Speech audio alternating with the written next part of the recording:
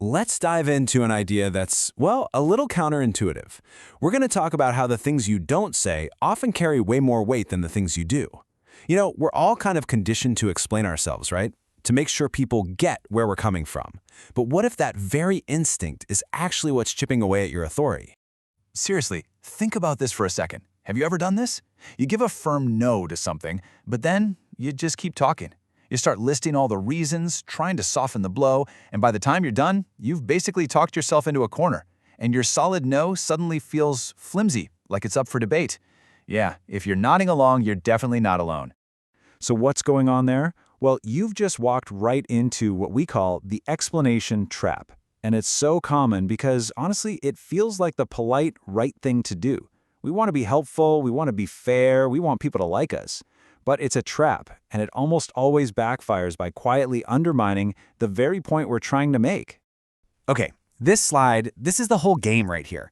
On the left, that's us. Those are our intentions. We're explaining because we think we're being clear, helpful, or fair. All good stuff, right? But look at the right column. This is what the other person is actually hearing. Your attempt to be helpful, it lands as insecurity. Your desire to be liked and fair, it sounds like you don't really believe in your own decision. And trying to justify yourself, well, that just sounds like a giant flashing sign that says, please negotiate with me. And that leads us to this critical point. The second you start justifying, you completely flip the script. You've gone from being in a position of authority, of making a statement, to suddenly being on the defensive. You're no longer in control, you're on the back foot, and your credibility just takes a nosedive. So, why do we keep doing this to ourselves? If it's so bad for us, why is it our default setting? Well, it's not really a logical thing, It's all psychological. There are these deep-seated drivers that push us to over-explain, even when we know, deep down, it's not helping. And here are some of the biggest culprits. For a lot of us, it's that need for people to agree with us, for that external validation. Or it's just a straight-up fear of being judged or misunderstood. Sometimes we get tricked into thinking that the more words we use, the more control we have over the situation, when really, it's the exact opposite. And of course, there's the big one. It's just a classic people-pleasing habit. This whole conversation really boils down to something called perceived authority. And let me be clear, this has absolutely nothing to do with your job title or your position on an org chart. It's all about the respect and influence you command based purely on how you communicate. It's built with confidence and it's torn down with too many words. Oh, I absolutely love this quote. It just nails it. Think about it. Your words are like money. If you just throw them around all the time, they become cheap. Their value plummets. But if you're careful, if you're intentional with them, every single word you say carries so much more weight and so much more impact. Okay, so we've established that over-explaining is the trap. So how do we get out? The answer isn't to become cold or dismissive. It's about learning to use a much more powerful tool, something we're going to call high-value silence. Let's look at what this actually looks like.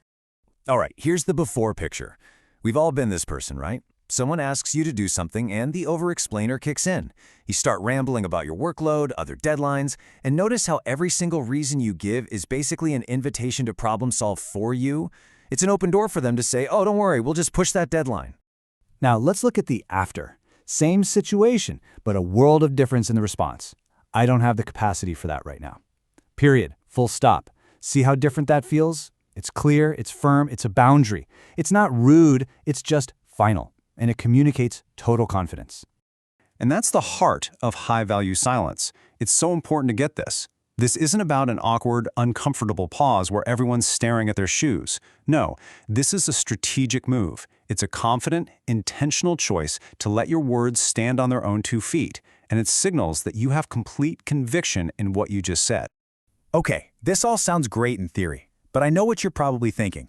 How do I actually start doing this? It can feel super weird and unnatural at first, especially if you're a chronic over-explainer like me. But don't worry, there's a really simple, practical strategy you can start using today. And here it is. It's as simple as 1, 2, 3. First, you state your point.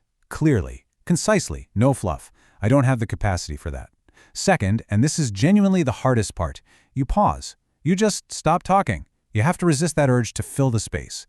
And third, you just let that silence do the heavy lifting for you. Because here's the magic of that pause. The moment you stop talking, you are literally transferring the pressure in the conversation. It's no longer on you to justify and defend. The silence puts the ball back in their court. It forces them to actually process what you said. It's an invitation for them to reflect, not an opportunity to argue back. So, I'll just leave you with this final thought.